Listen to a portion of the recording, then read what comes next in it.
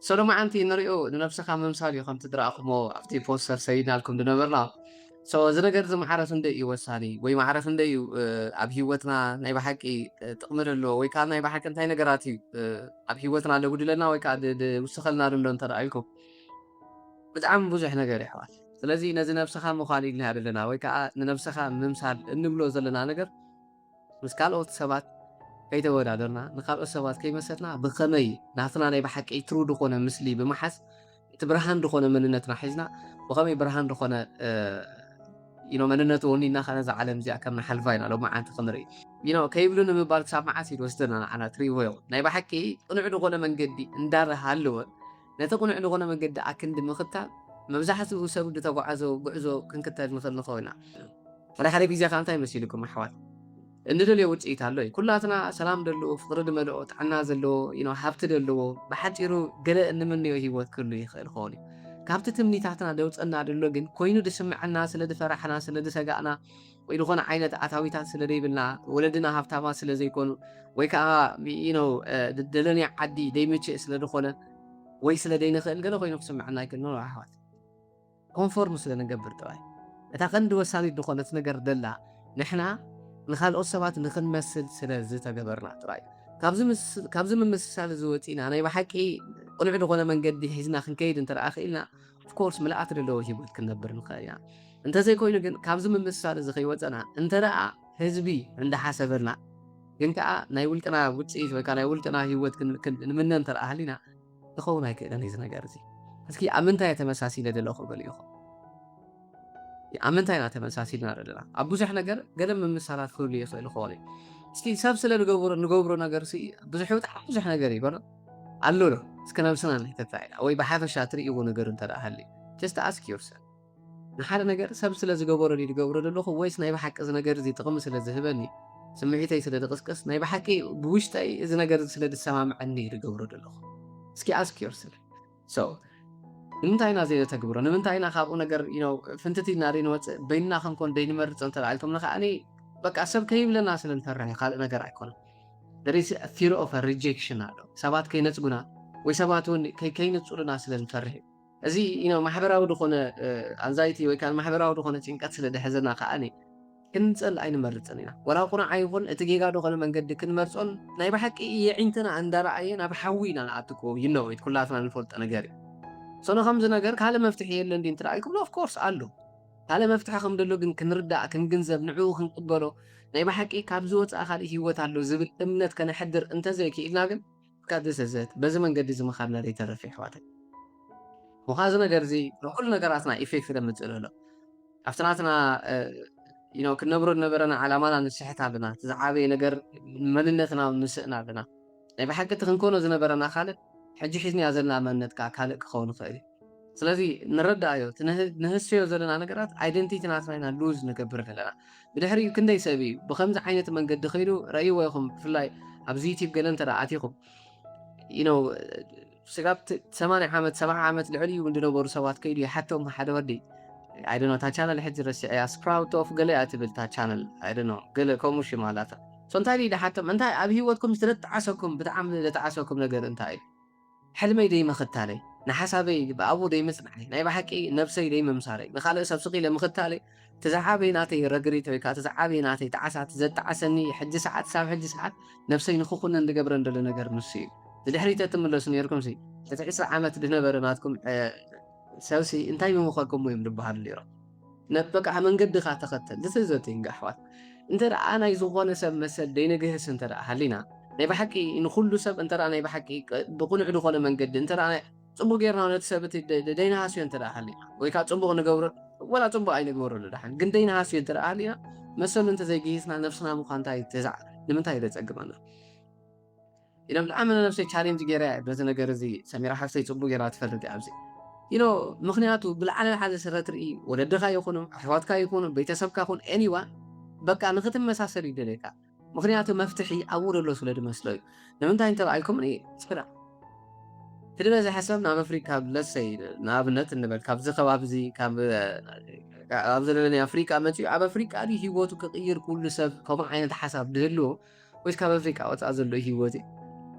ሂወቱ ክቕይረሉ እዩ ዝሓስቡ بوشتي ما لعل عليكم بالنص أوروبا ترياتي خارا ديكون أمريكا ترياتي خارا ديكون كم قليل تحت تسأليكا قليل غيركا بقى ناي سبعي صراحة كم كويني تسمعك على بليبيا مخال فور إكزامبل ريوي هم لحد يكون من تاين ترى إيه أو بتعمل أو الشوك لحد بقرب على فلت أصلا أو كلاتنا يقاتم معلتها إحنا حزنوا نقرون سلزخونا معلتها وده تحساسب نقرون سلزخونا أنا ندعي بتعمي حزين تماني قات أمدا نقرون كله you know በቃ በፒር ፕሬዠር ጥራይ ወይ ከዓ ብናይ ጀስት ብናይ የዕሩኽቱ ጸቕጢ መዘና ጥራይ ሰብ ካልእ መንገዲ እንዳሃለዎ ንኣብነት ሓደ ሰብ ፕሮሰስ ኣለዎ ንበል ትዕግስቲ ተድልያ ሓቀይ እንተሳ 4 ዓመት ድያ 5 ዓመት ድያ ኣይድኖ ትዕግስቲ ተድልያ እዩ ግን ትዕግስቱ ስለ ድፅንቅቕ ብመን እዩ ድፅንቅቕ እንተረኣልኩም በቶም ኣብ ጥቕኡ ደሎ ፒር ዝኾነ ሰብ ምስሉ ኣሎ ወይ ከዓ በቲ ፒር ፕሬዠር በቲ ጸቕጢ ቁርብ ይደፋፋእ እሞ ናብዚ ኮነ ዓይነት ካልእ ሂወት ይኣቱ እሞ ከዓ መንገዲ እንዳሃለዎ እዩ እቲ መንገዲ ዘይሃለዎ ሰብ እውን ብኡ ከይድ ኣለዎ ማለት ኣይኮነን ኣትሊስት ግን ሕራይ እስኪ እዚ ሰብ ከምዚ ኮይኑ እዩ ከይዱ ትብሎ ገለገለ ሰብ ክትርኢ ከለካ ግን እንዳሃለዎ ሰኣን ትዕግስቲ ምግባር ሰኣን ብዝግባእ መንነቱ ምርዳእ ንካልእ ሰብ ብምክታሉ ሂወት እዩ ድስእ እንደሎ ኮሰ ክንሪኦ እንተደኣ ክኢልና እዚ ነገር እዚ በቃ ማለት ኮ ጠጠው ኢልና ክነሓስቦ ዘለና ነገር እዩ ብዙሕ ሰብ ክተሎ ስለ ዘሎ ዳተኸተልና ንምንታይ ዓይንኻ እንዳረኣኸሎ ናብ ሲኦል ተኣቱ ኢኻ حسكم اللغة سو يعني تخا قاح انت رابيل كاغن امريت ان كلا خانا جنة هيوت كتنبرو دو تخل من قد خا تفطر تخل يخا سو زاوير نس زي اللي نالو اذا كن زابه زي قديتا خنفطرو لنا سب بقى دتخطلو من قد اندا تخطلنا حاوس لزرقت سب حاوي ترقصنا حوات حسكم اللغة حوات سب سلا يو زمان قد سلا دمرت انا حون كتمرت على كاي قران مخات وحنغو لازم نقرز حليفكا بخمس من قد خيكا أبديت أب مالتها كتاعت وزيت قطع عسى قطعت رجريت هلي لخونة عساتات هلي من الناس كاسي إنك أخي أخلكا كونو زنا برك على جرس إنك أخي أخلكا حريقة يو رجريت بقى بتعمي أنا أصلا قرات قطعت يعني زين بنحريقة أني تزعوي نقرنا يمين مساك زخف أنت تبع الكومني but a week لخونة decision maker خد خو نايب حكي أمنا أو أفتم مسانات كايت أنا حنيفة مسانات كقدر مسان كخالص validate كقبل الكائن هتسبب لكن تقول حلو غنى وسانة تمرام يركاريخا واشتخا فريد كاب يعو كنت توصله of course أبتم وسانون بتعمي يدخون يخات خول وتزعبي نعي ولا شجير النبر نجار نسي مجمرة أفضلت نافذ حد زقت ما تكنا everyone كتر إن كنا خاخون لسف إذا حد زي بدعمي دمر لا إذا دي سبع حد سام دي ولا كا سقيك خمسة دي بفلا شو ساعات نبرني إيميج أنا خالي إيميجي مجمرة أنا أب مقالة خينا I was working كم فارماسي تسرح لي رب فارماسي موياس لسنا برني سوقهم كأن كسمع إن كنا خاخونا معرضة دي سابع عاد سبدي يكون أقرفه ترى كم زي قرب لها جند قرمكم أحوات أنت رأى أخوز عاد زي بتعمل زي fruitful دخنا عادي which is بتعمل زي I don't know نعي برهاني عاد زي دلخو أنا من تاين ترى يكون أنا أوصل للخي أبدها لنا أنا حلو I'm not saying إذا ترى يكون أبدها لنا أنا حلو جن أتا أنكو خنقيرا نخل أكال زي أتراي سلزخونت أمرنا خانا بكل بوتا حيزني أسلنا خير أنت رأى أتزلنا عدي بزقبا بناي كالو سواتا تحساسبا زي كون بناتنا تحساسبا مجمرة تناتنا awareness ينو كسافي حكا خير اللو سغلاتنا قنال زي أغرا عدي سبلي كون سغيل كان بفلا إذا أفريق أدبال قلما نتاتلو هلا أنو خا قلد لكا كال سب بفوليتيكا منسكا بقلما منسكا نيبولو مزم حد زيهم كم زندي نيبولو زفريق أقلبا قل تريون لهم يقوم بچا أبزي كأرن أفريقيا بفلاي ندار حق أبزغت كقصري مور إنكات كان داش أمره مور توتو ساعات نداش ندا وسخ غير يخي ندراري خم مخنكو أكلنا حات أدي سوا فتيا تقول كسي جمرة خافلالو ما شيء ما بزس لهم تعزون لهم يقوم بچا you see this is the thing أحوال إثنا غيرن تايم مسيلكم أبزا هيبوت زيا إن رخبة وتسيد أبومرنا سريتني على لنا نجاري كويني أزلنا بوشت نجاري جن إتن هون أزلنا مننا إتا أبومرنا إيجيلنا حزني أزلنا نجار بناي كانوا سوات متر توسيدو إتا أنكر اللاتنا ناس إن تسي كانوا سوات توسيدو معلوم مالتي سلازم تاينا لجبر لنا أبناي كانوا سوات ناس إن تسي ناتنا ما حيور فتيرنا لنا مالتي أجلكم الله this is the thing بأبناي كانوا سوات ناس إن تسي دخلنا ما حيور فتيرنا لهم مالتي أنا نعم ناتنا كخون they are way بكايس they are way ناتهم من قدي أنا أفتناتهم ناتنا تيجرر هنا ما حيرو فتيرة خون خلي بزحت سبات دتأدفور اللو تأدفي مس سبكا معات درجة قعتي يسكون لغة محوات በዚ ግን ቁኑዕ መንገዲ ትትሕር ዝኾነ ጎልጎል እንተ ደኣ ሃልዩ ግን ከዓ ዝኽተልዎ ሰባት እንተዘይሃልዮም እቲ ነገር እቲ ገሃነም እዩ። እዚ ዝተሓሳስባ እዚ መጀመርያ ክቕየር ኣለዎ። ነዚ ነገር እዚ መጀመርያ ኣብ ኣእምሮና ርዒሙ ዘሎ ተሓሳስባና we need to change it. እዚ በቃ we need to be aware. aware ክንክእል ኣለና። እታ ቀዳመይቲ ክንገብራ ዘለና ነገር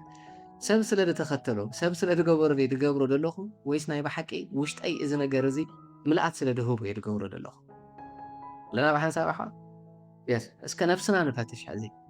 I'm not saying ሕጂ ኣነ ናብ ኤሮጳ ኣይንኸይድ ናብ ኣሜሪካ ኣይንኸይድ ወይ ዝኾነ ፕሮሰስና ኣይንግበር ግን እንታይ መሲልኩም ንህይወትና ወርዛ ኣብደ ይገብር ነቲ ንኸዶ ዘለና ናይ ብሓቂ እቲ ንኸፍሎ ዘለና ዋጋ እቲ ንበፅሖ ዘለና ዓድን ወይ እቲ ንረኽቦ ዘለና ነገር ግን ክመጣጠን እንከለዉ ሚዛኑ ብጣዕሚ ድወርደና እንተደኣ ኮይኑ ንኸፍሎ ዘለና መስዋዕትነት ግን ዋይ ኣሕዋት ንምንታይ ኣብዛ ሃለና ናሃሉ ኣብ ዳኣተና ንእተኮ በቃ በቲ ኣብ ኣእምሮና ሒዝናያ ዘለና መንነት ኢና ደኣ እምበር ንፍረድ ኢትስሞት እቲ ዓዲ ዝኸድናዮ ወይ እቲ ደኣተናዮ ቦታ ንሱ ይኮነን ንኸድና ስለዚ ፕሊስ ሓደራኹም እስኪ ጠጠው ንብል ኣነ ነብሰይ ሓቲት እያ ሽዑ ወላ ሓራይ ተስፋታት ሃሉ ንመጻኢ ግን በቃ እሱ መንገዲ ኣነ ኣይደልዩ ዘለኹ መጀመርያ ኣነ ንነብሰይ በታ ድኽእላ በታ ድፈልጣ ኣብዛ ዘለኹ ዓዲ ኮይነ ንመጀመርያ ሂወተይ ክቀይረ እንታይ ኢኸ ናይ ሂወተይ ዕላማ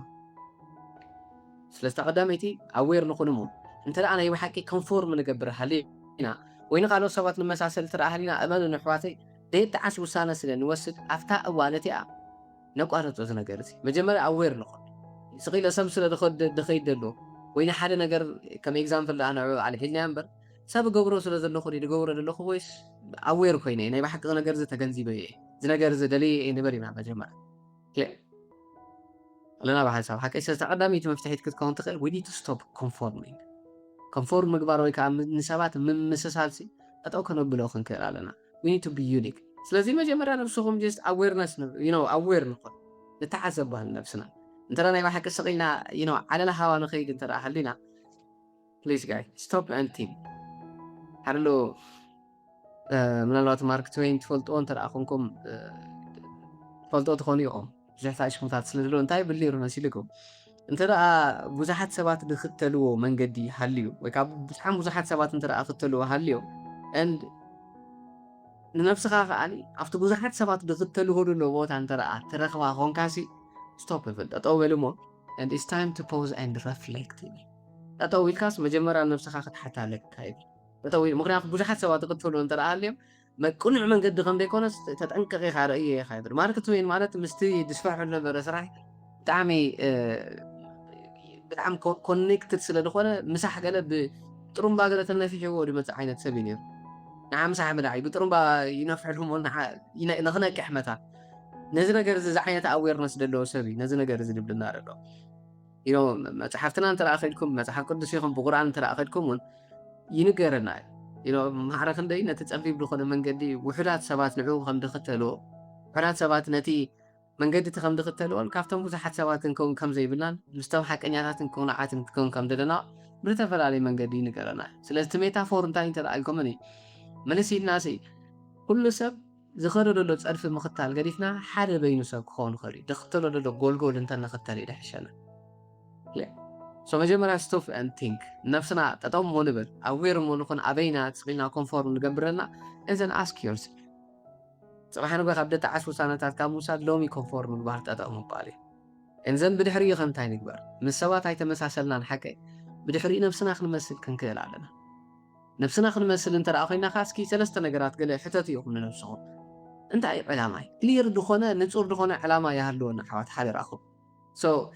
እዚ ዓብዪ ዝሸግረና ኣብዚ እንታይ እንተደኣ ኢልኩምኒ መጀመርያ እቲ ናሓስቦ ዘለና ዕላማ ይኸውን ዶ ይከውን ዶ ናብ ድብል ነገር ኢና ንኣቱ ደይመፍለጥ እዩ ምኽንያትና ወይ ከዓ ዝናሓስቦ ዘለና ወይ እቲ ናሓልሙ ሕልሚ ናተይ ራእ እንታይ እዩ ናተይ ሕልሚ እንታይ እዩ እንታይ ዓይነት ሂወት ክነብር ደልዩ ገለ እንብሎ ነገር በቃ እቲ ንኾኖ ሰብ ብዝግባእ ስለ ዘይተላለለ እያ እቲ ክንኮነ ናሓስቦ ዘለና ሰብ ክንኮኖ ከም ንኽእል ዝኾነ እምነት ስለ ዘይብልና ግን this is the thing ኣሕዋት ዝኾነ ይኹን ኩነት ዝሓተትናዮ ነገር ንክህበና ዝተዳለወ ፈጣሪ እንተደኣ ሃልዩ ኣክንዲ ነቶም ንኽተሎም ዘለና ሰባት ስቒልና ምኽታል ነቲ ሕተት ክወሃበኩም ድብል ዘሎ ፈጣሪ ሕቶና ነፀብቐሉ እስኪ መጀመርያ እንታይ ዓይነት ሰብ ንኹም ክትኮኑ ትደልዩ ኣብዛ ዓለም እዚኣ እንታይ ነገር ኣበርኪትና ክንሓልፍ ኢና ንደሊ እንደገና كمي يرنا يا أخي نتنجر تخنا تكبره بخمي نبدي بالنجر نخيل أيكونني كم بار لنا بحسب سلجي ask this question مجمرة كلير رهون علامة يحلونا هذا سوا سلتة عزوري يكونس أنا خو عزور دل عينة هيوت انتاي نالوات كاباكم حدا بتعمل أزيو بلوث لخونا قرر تعدلو حدا موزيك أثناء كل يخيل خولي كاباكم حدا بتعمل أزيو فريدو خلنا أرت نجارات نتناتو بهلا خفالة نتناتو حبرة سب خفالة الخيل بتعمل أرت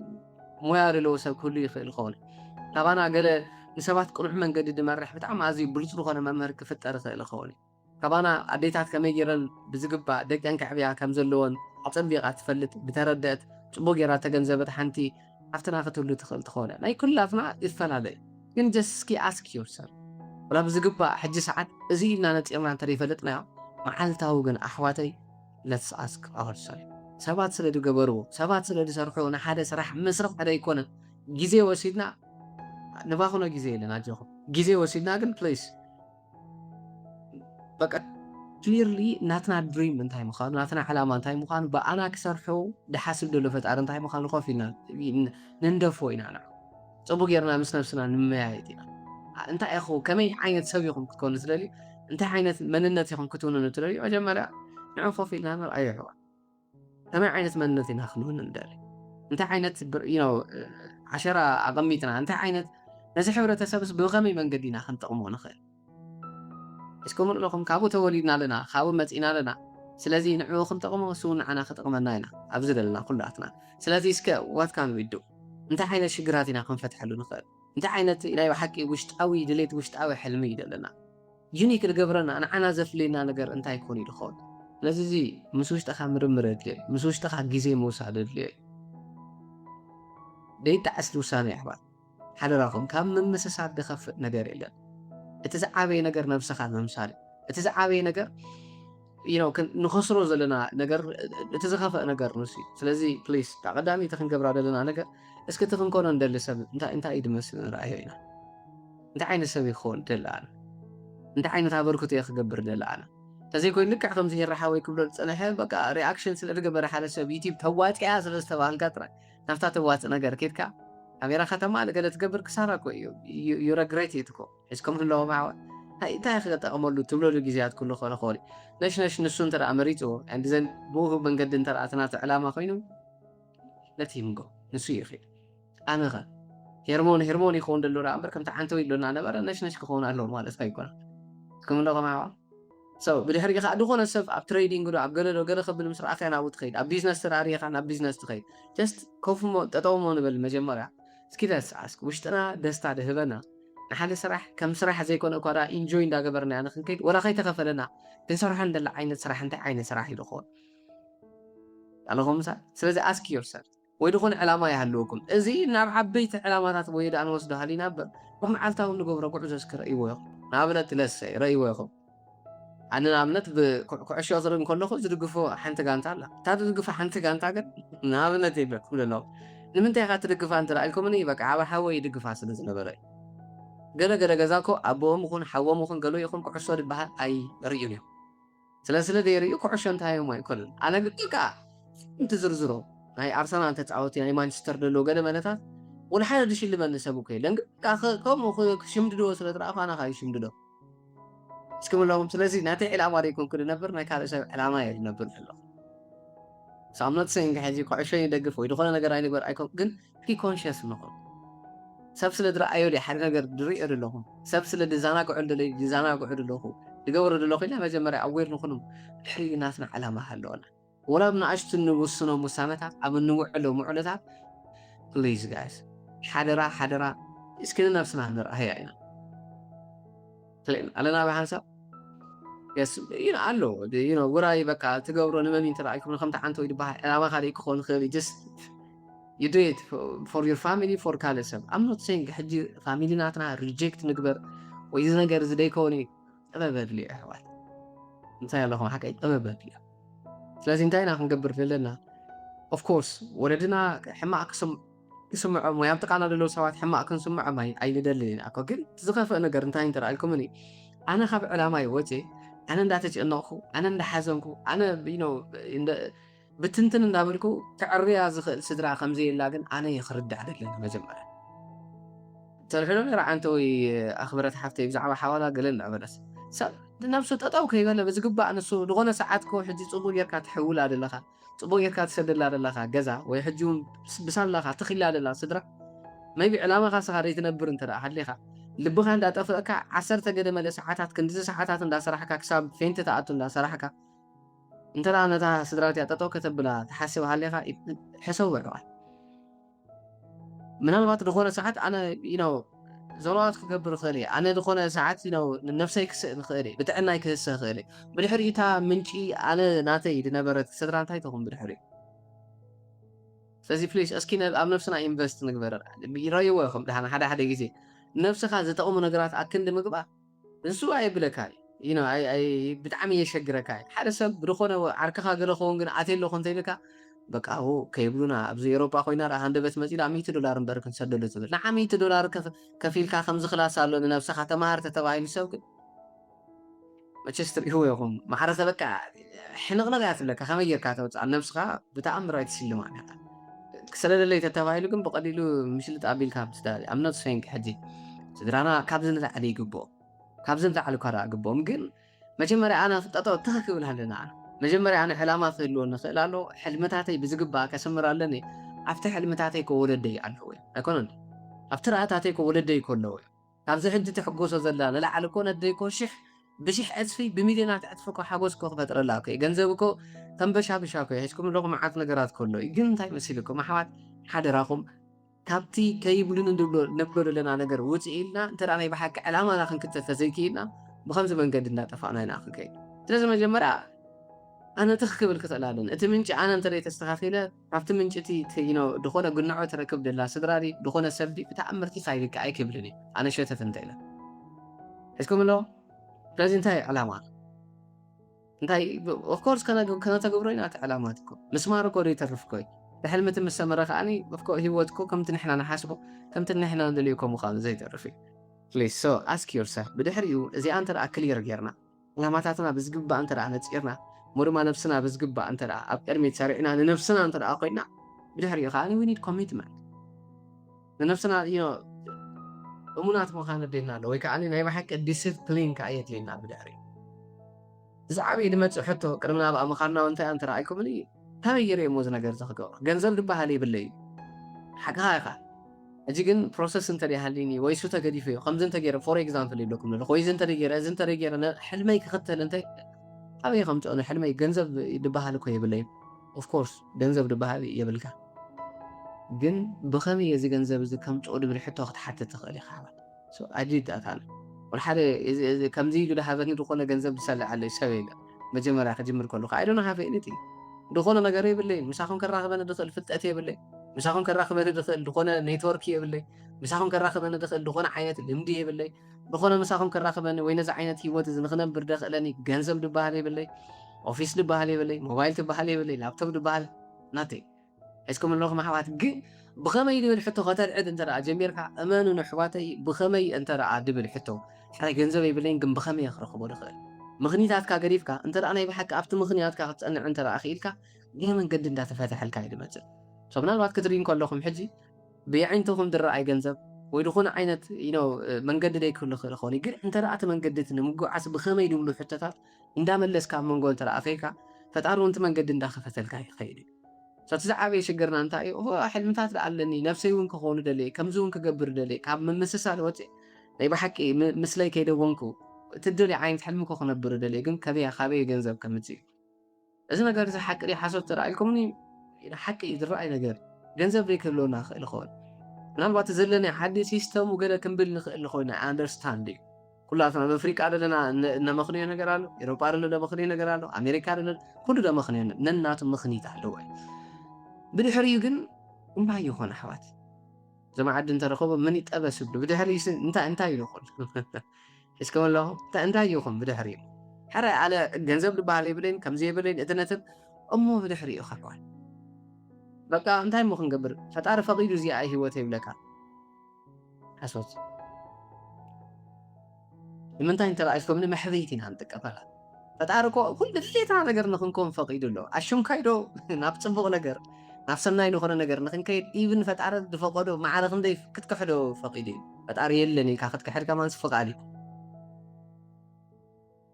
so we have ፈቂዱ እዩ ፈጣሪ ንዘለለየ ዓይነት ሂወት ንክንከውን ሲ ፈቂድልና ብኣብኡ ንተሓባእ ብኡ ንሸኳዕ ሕዝኩም ኣለኹም ኣሕዋት በቃ ሕተቱ ክወሃበኩም ተተባሂልና ሲ ወይ እውን ዝፀለናያ ነገር ብእምነት እንተደኣ ክወሃበና ምዃኑ ድንገረና እንተደኣ ሃልዩ እንታይ ክንገብራ ዘለና ነገር ከመይ ኢለ እየ ኣነ እምነተይ ክኸይድ ንኽእል ብኸመይ እየ ሂወተይ ክቕይረሉ ዝኽእል መንገድታት ከናድይ ዝኽእል ኩሉ ግዜ እንተሓቲትኩም መልሲ ኣሕዋት እንተተኳሕኪሖ ኩሉ ግዜ ይድኽፈል ኣነ ግን ኣምዳ ጎረቤት እንዳኳሕኳሕኩ በዚ ካልእ ሰብ ክኽፍተለይ ፅበ እንተደኣ ሃልየ ገዛይ ክኽፈተለ ኣይከውንን እየ እቶም ጎረቤት ታደለካ ሓለፍ ኬት ገለ እዮም ንብለካ ሓይስኩም ኣለኹም ተረዲሽካ እዮም እንዳኳሕኳሕካ ስለዚ ኣነ ከዓ ኣበየ ንኳሕኩሕ እንተደኣ ኢልኩምን እዩ ንሓወይ ትሕዞሞ እቲ ኢልካ ከይድ ኢልካ ሙሉእ መዓልቲ ታይሞ ክንገብር ኢልካ እዚ ወዲ ሓወቦይ ውይ ከምኡ ሰብ ርአ ይፈልጥነ ንሱ ገንዘብ ኣለዎ እኳ ሃብታምኒ ግን ኣይሂበንን እዩ ሕዝኩም ኣለኹም ድሓር ክፍት ኣቢለኻ ኪድስ ከኢሉ ቴሌፎን ወይ ክዓፅኦካ ስለዚ ኣብ ደይክፈት ኣብ ተኸፊቱ ግን ፍረር ይብሉ መዓልቲ ካብ መኹሕካ ከኣኒ ልብኻ መኹሕካ ይዝሓሽ ሕዝኩም ኣለኹም እንተደይ ኮይኑ ኣለዉ ውሽጢ ኤሮጳ ኣለዉ 4-5 ታይ ኣበይ ሞረርሑ ኢልካ እምበር ቤተሰብና ዳ ነይሮም ይብለካ ኣብዚ ዓዲ ዝሰብ ሕዝኩም ኣለኹም ኣሕዋት ንሓደ ሰብ ዘይረብሕ ትብሎ እንተደኣ ኮንካ ካብ ኣፍካ ይወፅእ ዘሎ እቲ ዘይረብሕ ትብል ዘሎ ነገር በቃ ስቴትመንት ኢኻ ትብል ኣለኻ መን ምዃንካ ትገልፅ ኢኻ ኣለኻ ፕሌይስስ ስለዚ እቲ ምኽኒት እንተመኸና ገለ እንተገበርና ብተኣምር እብለኩም ኣለኹ ኣሕዋት ኣይከሰጉመና እንተደይ ብድሕሪ ግን እንታይ ሃው ካን ኣይ ዱ ዚስ ብኸመይ እዚ ነገር እዚ ክገብሮ እንተደኣ ኢልኩም ግን ኣም ቴሊንግ ዩ ብዙሕ መንገዲ እዩ ደሎ ኣነ ወደ ሓንቲ ዜሮ እዩ ካብ ኔጌቲቭ ንብሎ ናይ ምትሐይ ዜሮ ግን ካብ መንገዲ እንዳተኸፈተልካ እዩ ድመፀ ትሓትት እንተደኣ ክኢልካ ዝኾነ ንዓኻ ዝሕግዝ ድመስል ሰብ በቃ ንዓኻ ጥራይ ዝተፈጠረ ኮይኑ ዝስምዐካ ካልእ ሰብ ትረክብ ኢኻ ኤነርጂኻ ምስትኽኻል ጥራይ ድድሊ ካብቲ ምምሳል ወፂኻ ነብስኻ ምምስኻል ጥራይ ዝዓበየ ነገር ዘድሊ ስኹም ክንብል ከለና ዌርኤቨር ዩ ኣር ኣብዛ ሃለና ንሃዱ ብድኾነ መንገዲ ምርካብና ቤተሪፍ ኣሕዋት እዚ እንተደኣ ተረዲና ሎሚ ዝዘረኣናዮ ፅባሕ ንንግሁ ወይ ከዓ ንጎድ ዝረኣክያ ንምሸት ይዕፀድ ማለት ኣይኮነን ኦፍኮርስ ሓደ ተዘርአ ነገር ግዜ ስለ ዘድልዮ እንታይ ንግበር እንተደኣ ኢልኩም ፕሊስ ኣሕዋት ሓደራኹ ተስፋ ከይቆረፅና ንነብስና ኮሚትድ ንኹም በቃ ንነብስና ቃል ንተው እዚ ነገር እዚ ሞ ክሳብ ደተግብሮ ኣይክድቅስለ ወላ ሓደ መንገዲ ተሰረኣንኩ ካልእ መንገዲ ክፍትነ ምክንያቱ እንታይ መሲልኩም ረኢኹም ዳሓን ኣብ ከምዚ ምልለ ኢልካ ተኸይድ ዝኾነ ሞቲቬሽን ትሰምዕ በዚ ገለ ስልጠና ትረክብ ገለ መለታት እሞ ድሓር ሰባት ክትሪኦም እንከለካ በቃ ክትዛረብ እንከለካ ገለ መለታት ኣበይና ምሽኻ ዳሓኒኻ ገለ ብለኻ ኣጋጢምኩም ፈልጦ ከበድበድ ትብል ኣለካ ሕልሚ ዶ ራእዶ ገለ እንታይ ማለት ፍሉይቶ ዊርድ ነገር ትኾኖም ካብኦ ከምኡ ክትከወን እንከለካ ወለሎ ከምዚ እንዲ ገለ ኢልካ ተረዲእካ ኩሉ ናብ ምምስሳል ሰብ ክእትኻ ድሓር ሃንደበት ግን ነብስኻ ድሕሪ ተወሰነ እዋን ምስቶም ሰባት እዮም ትረኽባ ሓቆምም ክትብል ትጅምር ኣብ ከምዚ ዓይነት ስልጠና መፂኻ ወይ ዝኾነ ወይ ፅሓፍ ኣንቢብካ ገለ ክትርኢ ከለካ ሞቲቬት ትኾኑ ሞ ባሕርጊ መሊስካ ሓቆም ክዮም ከዓ ትብል መሊስካ ነቦም ኢኻ ተጋጥመኩም እዩ ሓቀይ የስ ስለዚ ካብዚ ነገር እዚ ፕሊዝ ንነብስና ግተ ኣቢልና ለስ ቹዝ ኣር ሰርክል እቲ ናትና ሰርክል ሲ ንምረፆ እቲ ናትና ኢንቫይሮንመንት ወይ ትደለና ኣከባቢ ወይ ሒዝናዮ ዘለና ሕጂ ጥቓና ደለዎ ሰብ ወይ ምሳና ሓቢሩ ናብ ዝለዓለ ብራኸ ክወስደና ወይ ናብ ዝኾነ ቁልቁለት ሸለው ከብለና ይሕዋል ዛስዋን ከዓ ወለድናስ መን ምዃንካ ክነግረካስ ምስ መን ከም ትኸይድ ንገረኒ ድህብልዎ ማለት እዩ ሰቹዝ ጀስት መን ይደሎ ብጥቓኹም ናይ ብሓቂ ሕልምኹም እምነት ለለዎ ዶ ከምቲ ሓንቲ የራሓዊ ይብሎ ነበረ ናይ ውሽጥኹም ገና እስኹም ከይበልኩም ድርድአኩም ዶ ኣነ ክርኢ ከለኹ በቃ ኣይ ቾዝ ማይ ሰርክል ብጣዕሚ ዋይዝሊ መሪፅ እያ ሽዑ ሰዓት ንምንታይ ተላኢልኩምን እዩ ከማይ ገንዘብ ደይብሎም ክኾኑ ክእሉ እዮም እዞም ሰባት እዚኦም ግን ሕልምታት ኣለዎም ራእታት ኣለዎም ቅየሪ በቃ ክኾነልና ድብል ሰፊሕ ዝኾነ እምሮ እዩ ኣለዎም ግን ካልኦት ከዓ ምሳይ ዝነበሩ ብጠቃይ ዝነበሩ ካል እሽተይ ዝኾነ ተኣምሮ ዝነበሩ እዞም ሰባት ነይሮም ስለዚ ኣይፈርዶምን እየ ዘለኹ ግን ንእሽተይ ተኣምሮ ብለኩም ዘለኹ በቃ ክላስ ኢልካ ኣይከውኒ ትርጉም የብሉ ከምዚ ዝዓዲ እዚ ገለመለታት እንደዘን ቆሎ ጥጥቑ ዓይነት ወረታት ገለ ይሰሙ ይኸውን ፅባሕ ንግሆ I chose ካልኦት ሰባት እቶም ሰባት እዮም ግን ክሳብ መወዳእታ ኢቭን ክሳብ ሕጂ ግን ክሳብታ ናይ መወዳእታ ሕልመይ ከስምረላ ኢለ ዝፅዕረላ ደቂቕ ግን ምሳዮም ድሉ እቶም ሰባት ይሕግዙን እኳ ዳ ኣለዉ ይደፍኡን እኳ ዳ ኣለዉ ኩላትና ካ ተሓጋጊዝና ተደፋፊና ካ ብዝተወሰነ መልክዑ ሂወትና ቀይርና ኣለና ኣሕዋት ፕሊስ ኮሚትድ ኮኑ መጀመርያ ነፍስና ቃልነቶ መዓልታውን ንገብሮም ንኣሽቱ ተግባራት ንዖም ከነተግብሮም ንፈቲና ድሕሪ ግን ኣሎ ሓቀይ ክትኮኖ ተሓስቡ ሰብ ኣሎ ወይ ሕጂ ንሓልሞ ለና ኾነ ንብሎ ለና ሰብ ኣሎ ስለዚ እሱ ፅባሕ ኣይኮና ንኾኖ ወይ ድሕሪ 1 ዓመት ኣይኮና ድሕሪ 3 ዓመት ኣይኮና ንኾኖ መዓስ እዩ እንተረኣልኩምኒ ቱደይ ሎሚ ዓንቲ ስለዚ እሱ እንታይ ክገብር ድኽእል በዓል መን እዩ መዕርፍቲ ኣበይ ቦታ እዩ ድውዕል ንጎ ክትስ ከሎ ከመይ ዓይነት ኣተሳስባ እዩ ዘሎ ንጎ ክትስ እንከሎ እንታይ ዓይነት ሩቲን እዩ ዘለዎ ከመይ ዓይነት ሰብ መፅሓፍቲ ድዩ ደንብብ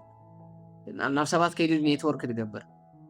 ድሓሽ ሓሳባት ድዩ ድሕዝ ናይ ፀሎት ግዚኡ ከመይ እዩ ምስ በዓል መን እዩ ድውዕል ኣበይ ናይ ቦታ እዩ ድውዕል እንታይ ክገብር እዩ ድውዕል ኣደቃቅስኡ ከመይ እዩ እንታይ ዓይነት ሓሳባት እዩ ከስተኣናግድ ድውዕል ቀልጢፉ ድዩ ተስፋ ቆርፅ ወይስ ናይ ባሓቂ ብተስፋ እዩ ድጓዓስ ነቲ ሰብ እቲ ከዓኒ ካብ ሎሙ ንጀምሮ we can do simple things ቀለልቲ ነገራት ክንገብር ንኽእል ኢና ምናልባት ሎሚ ስኺልና ስልችውይና ስክሮል እንዳገበርና ናብ ሶሻል ሚድያ ንኣቱ እንተደኣ ነርና ንዓ ጠጠው ኣቢልና ክንዲ ልክዕ ምስቲ ኩሉ ረይዎ ኢኹም ሰብ ኣብዚ ሕጂ ብፍላይ ክትርኢ ከለኻ ናብ ቤተሰብኩም ወይ ናብ ገለ ዲ ከይዱ በሎሞ ምስኦም እንተደኣ ሓንቲ ለይቲ ሕሊፍኩም ኩሉ ሰብ ረይዎ ኢኹም መን ዕልል እንተደኣ ኢልኩም ሓደ ሰብ ድዕልል የለን ኩላ ሞባይል ሒዚ በቃ ስክሮል ነናተዓለም እዩ ዘሎ ብሓንሳብ እንዳሃለኻስ ትናፋቕ ተራሓሓቕ ትናፋቕ ሰብ እንዳበልዐ ወላ በዚ እንዳበልካ ኩረል ምግባር በይባህልና ወዲ ፅቡቅ እንደይኮነ ነገር ኮነ እንደሆነ ግን ተሪኢኹም ሰብ በቃ ኮንፎርም ኢኻ ትገብር ሰኸውን ሂበትኻ ኢኻ ምስል ትመሳሰል ግን በቃ እስኪ ንሕና ነኹን ትለውጠስ በዓልና ንጀምሮ ስለዚ ኣታ ሓንቲ ነገር ክንገብራ ንኽእል ንኣብነት ቅድሚ ምድቃስና ኣክንዲ ስክሮል ምግባር ብጣዕሚ ድገርም ሓደ ነገር ኣነ ንሰጋግ ሕጂ ደለልፅኡን እንተደኣ ሃልዩ ብጣዕሚ ኣሜዚንግ ነገር እዩ ተጠቐምሉ ሓደ ረኹም ኣሕዋት ክላስና ደለውካ ኩሉ ግዜ ነግሮ ምሸት ክንድቅስ ከለና ማለት እዩ ልክዕ እቲ ሓንጎልና ናብ ናይ ህፃንነት ዝነበረ ዓይነት ሓንጎልና ውይ ድምለስ ውጪስ ድሌትካ ዓይነት መንነት ከተእትወሉ ትኽእል ኢኻ ኣክንዲ ንሕና ግናትና መንነት ሒዝና ንድቅስ እንታይ ኢና ንገብር እንተደኣልኩም ካልኦት ሰባት ዝፈጠሮ ዝኾነ ናይ ሶሻል ሚድያ ሪኣክሽናት ከም ዝኽብሎ ፀንሐ የራሓ ወይ ዝኾነ ዓይነት ናይ ቲክቶክ ቪድዮታት ገለ ንዕኡ ክትርኢ ኢኻ ተሓድር ኣክንዲ ፅቡቅ ዝኾነ ምስልን ፅባሓት ሒዝካ ትትስእ መንነትካ ከዓ በትስኻ ድመረፅካ መገዲ ኣክንዲ ትቐርፆ